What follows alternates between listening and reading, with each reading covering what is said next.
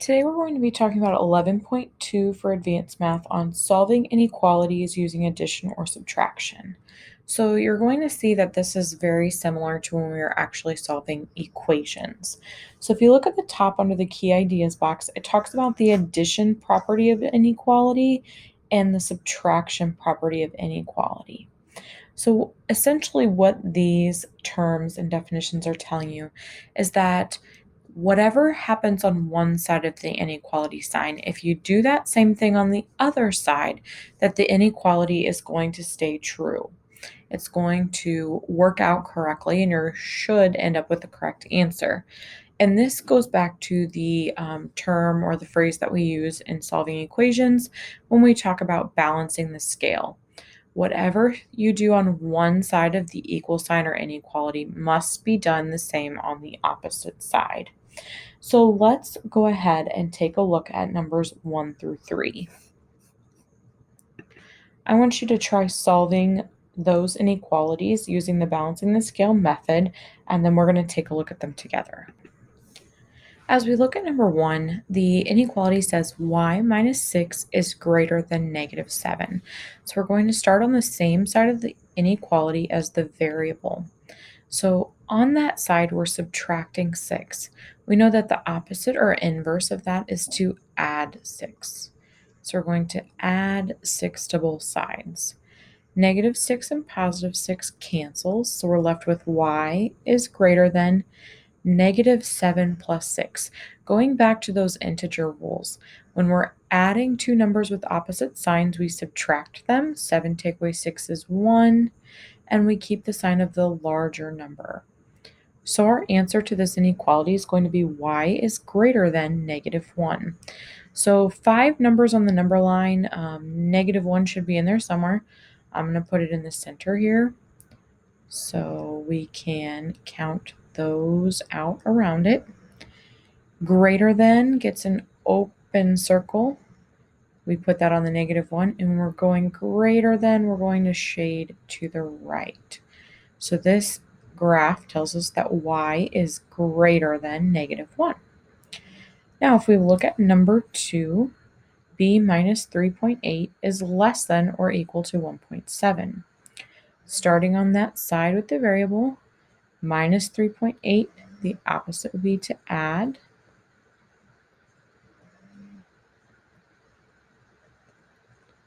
Remember that when you're adding and subtracting decimals, you need to line them up.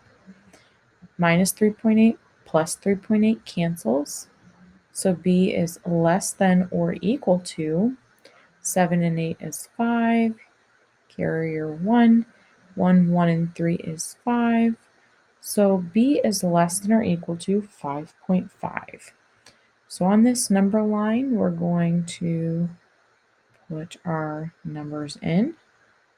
I'm going to choose to count by halves or by 0.5. You could count by tenths, whatever makes you comfortable, as long as it's numbered correctly and that your answer is on the number line, then that's okay. Less than or equal to gets a shaded circle because it could be this number. So shaded circle, if we're going less than, we shade to the left.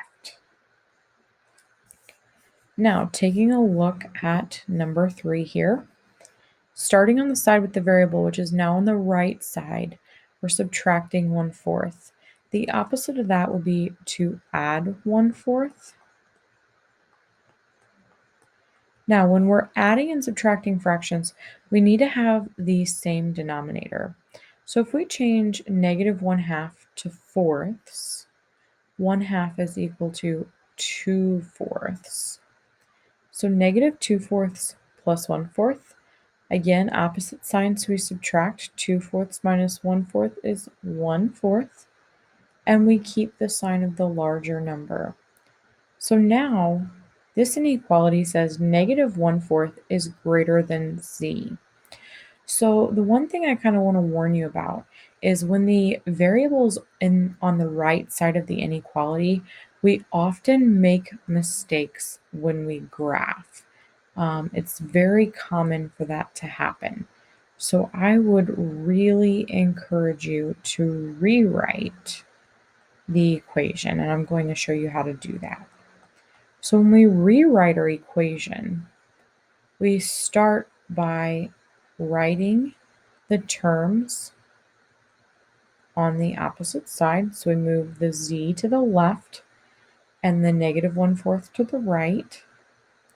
And we look here at the inequality sign. The inequality sign is facing the negative 1/4. So we want to keep it that way.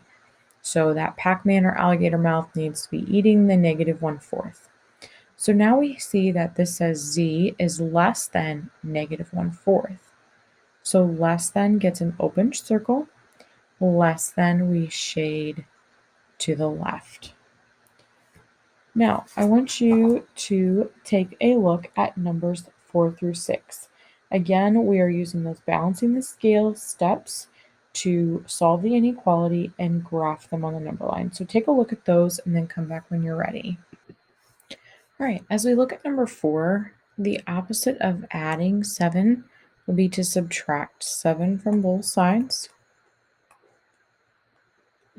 So we're left with w is less than or equal to, again, this is a positive 4, this is a negative 7. Opposite signs, we subtract 7, take away 4 is 3.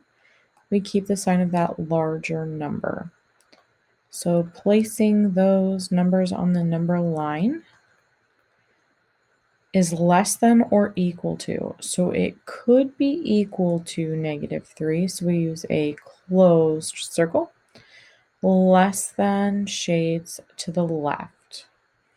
Now, when we look here at number 5, on the side of the variable, we're adding 10. The opposite will be to subtract 10. And again, this is where it's important to make sure that you're lining up those decimals. So we have 2.5 is greater than or equal to D. Now again, the variable's on the right-hand side, so we want to make sure to rewrite this. Flip the terms, make sure that that inequality symbol still faces the correct term. So again, I like to count by halves when it is an even number like that.